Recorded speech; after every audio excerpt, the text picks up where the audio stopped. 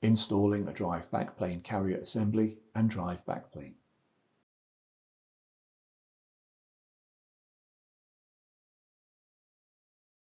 Install the backplane into the carrier and secure it with 2 screws.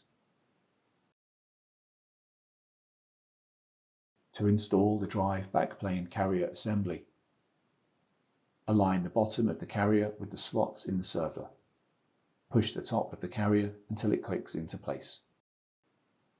Connect the power and signal cables to all the backplanes.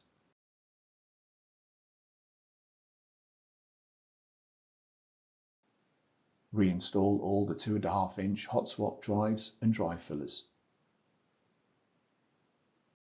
Reinstall the fan cage. Reinstall the front air baffle.